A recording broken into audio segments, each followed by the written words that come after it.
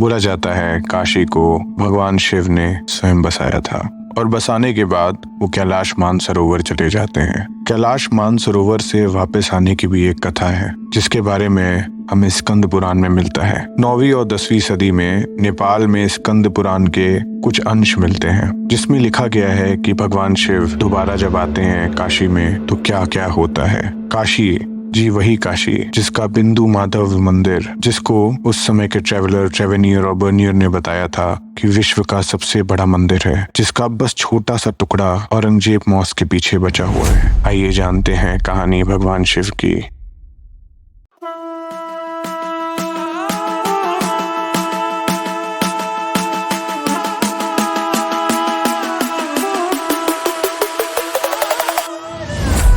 नमस्ते, आप सुन रहे हैं toss the other side story.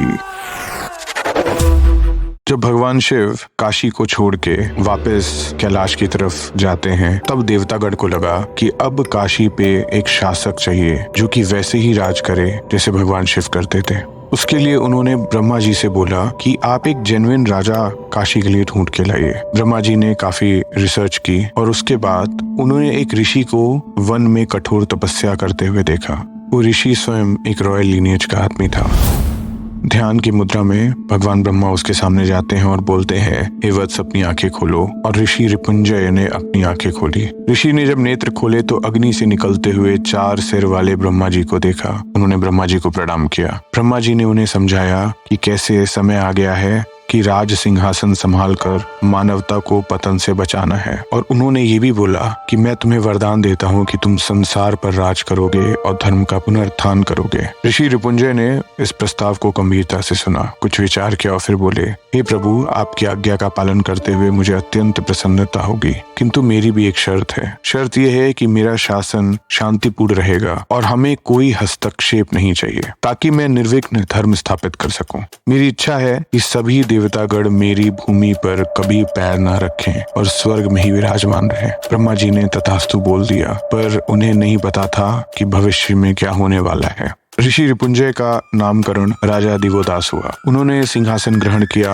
और जी जान से एक मजबूत राज्य व्यवस्था बनाने में लग गए। ब्रह्मा जी के वरदान से उन्होंने इतना उत्तम शासन चलाया, वैसा राज्य कभी पहले नहीं देखा गया था। उनके राज में प्रजा फलती फूलती थी, न्याय का बोलबाला था। उधर माता पार्वती ने भगवान शिव से बोला कि वो चाहती हैं कि वापस काशी चलें। उनका ब्याह हो गया था और उनको गंगा तट पे रहने की इच्छा थी। भगवान शिव अपने पूरे मंडली के साथ वापस गंगा तट के किनारे किनारे आके काशी की तरफ रवाना हुए। जब वो काशी के बॉर्डर पर पहुंचे तो ब्रह्मा जी के वरदान के कारण वो काशी में पैर नहीं रख पा रहे थे। जल्द ही महादेव को ज्ञात हुआ कि बाकी देवता भी अब नगरी में रह नहीं सकते।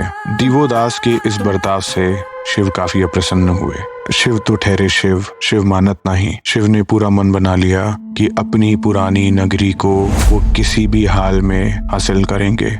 यहाँ से कहानी के 2 रूप पता चलते हैं। पहले मैं आपको कहानी का सबसे पॉपुलर वर्जन बताऊंगा। उन्होंने अपने दूत निकुंभ को भेजा। निकुंभ काशी की छटा देखकर इतना मुग्ध हो गया कि लौटकर वापस नहीं आए। फिर देवी पार्वती के कहने पर उन्होंने 60 योगिनियों को बुलाया और उनको वहां भेजा। योगिनियां जब काशी पहुंची तो वहां की पूर्णता देखकर हतप्रत रह गईं। उन्होंने नगर को नुकसान पहुंचाने की सोचना ही बंद कर दिया और वहीं बसने का निर्णय कर लिया। जब योगिनियां नहीं लौटी तो शिव ने सूर्य देवता को भेजा, लेकिन जैसे ही सूर्य देव ने काशी को देखा वो भी योगिनियों की राह पर चल पड़े। सूर्य देव काशी से इस कदर प्रेम करने लगे कि उन्हें शर्म आ गई कि वो शिव जी का कार्य पूरा नहीं कर पा रहे हैं। वो लौटने की जगह दक्षिण की ओर मुड़े और एक तरफ झुककर वहीं स्थापित हो गए। फिर शिव ने ब्रह्मा जी को भेजा, जिन्होंने अपना वरदान वापस लेने में असमर्थता जताई। फिर भी उन्होंने शिव जी को एक उपाय बताया। ब्रह्मा जी साधु के वेश में काशी पहुंचे और जल्द ही राजा को प्रभावित कर लिया। उन्होंने एक अश्वमेध यज्ञ का सुझाव दिया, लेकिन ब्रह्मा जी ने जानबूझकर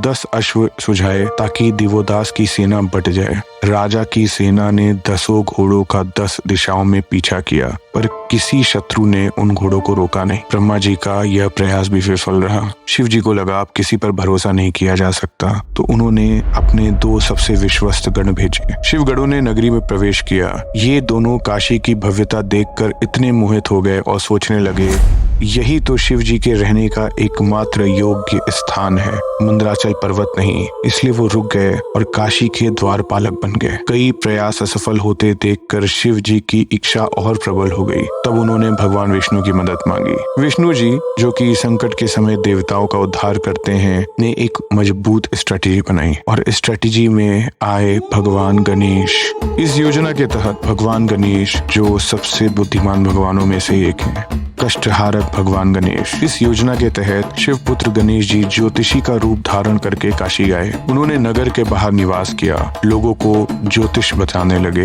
देखते ही देखते उनकी ख्याति दूर दराज तक फैल गई। महारानी ने भी ज्योतिषी से मिलने का निश्चय किया। गणेश जी ने महारानी का हाथ देकर उन्हें प्रभावित कर लिया। राज दरबार में आकर ज्योतिषी रूपी गणेश जी ने राजा का हाथ देखा और उन्हें समझाया कि सभी सुख वैभव होने पर भी उनके मन में शांति नहीं है। अंत में उन्होंने यह भविष्यवाणी की कि 18वें दिन एक ज्ञानी पवित्र साधु राजा से मिलने आएंगे, जिनकी सलाह से राजा को ज्ञान और शांति की अद्भुत प्राप्ति होगी।